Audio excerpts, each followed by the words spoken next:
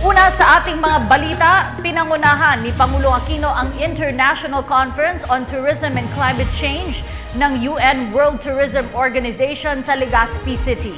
Dito ay sinulong ng Pangulo ang pagbuo ng mekanismo para maibsan ang epekto ng climate change.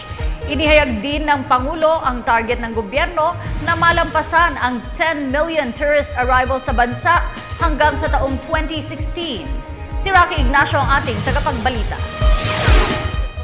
Isinulong ni Pangulo Aquino ang nagkakaisang pagkilos ng lahat at pagbuo ng mekanismo na mas nakatuon para maibsan ang epekto ng climate change. Dumalo si Pangulo Aquino sa United Nations World Tourism Organization, ASEAN International Conference on Tourism and Climate Change sa Legazpi City sa Albay. Ayon sa Pangulo, nakita ng lahat ang pinsala ni Yolanda na sa pinakamalakas na bagyong tumama sa mundo. Pangunahing layunin ng International Conference na suriin ang impact ng climate change sa industriya ng turismo, partikular na sa Asia-Pacific region, kasabay ng pagpapalakas ng kakayahan ng sektor na tugunan ng banta at hamon ng pabago-bagong lagay ng panahon. These are alarming realities and we must start taking action now. Taking on the challenge of climate change necessitates an international effort. We must come up with a more focused and more organized strategy to adapt to the risks it poses. This entails each country revisiting the way they approach every facet of governance to take into account how they affect the environment, from infrastructure to agriculture to energy. Needless to say, one of the sectors deeply concerned with the evolving demands of the new normal is tourism.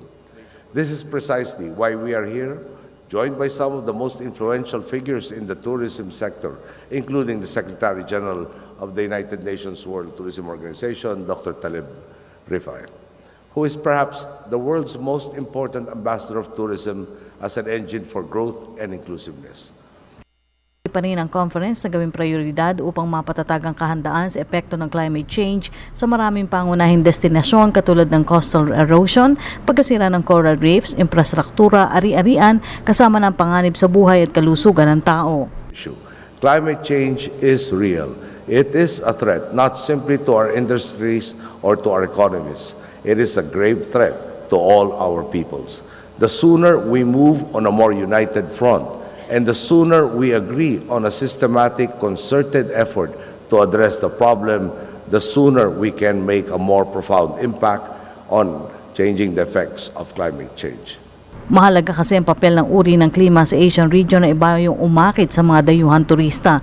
Subalit dahil sa epekto ng climate change, sinasabi nagkaroon ng malaking banta ito sa industriya ng turismo.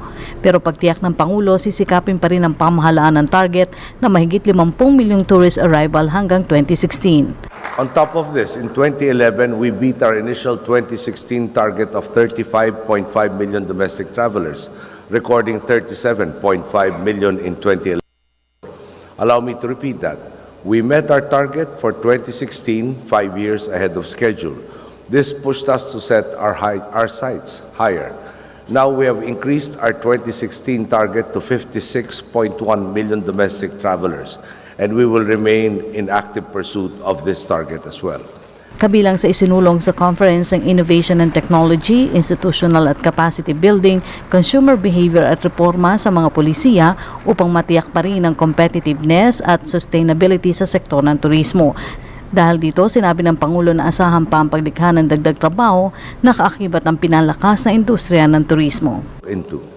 Of course, we must also address the problem in the long term by striking a productive, sustainable balance as regards our reliance on fossil fuels.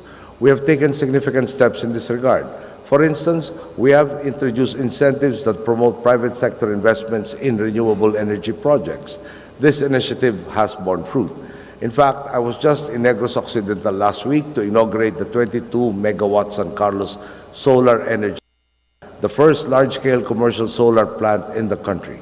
This is a major step in expanding our country's energy mix and limiting the devastating effects of overdependence on traditional energy sources.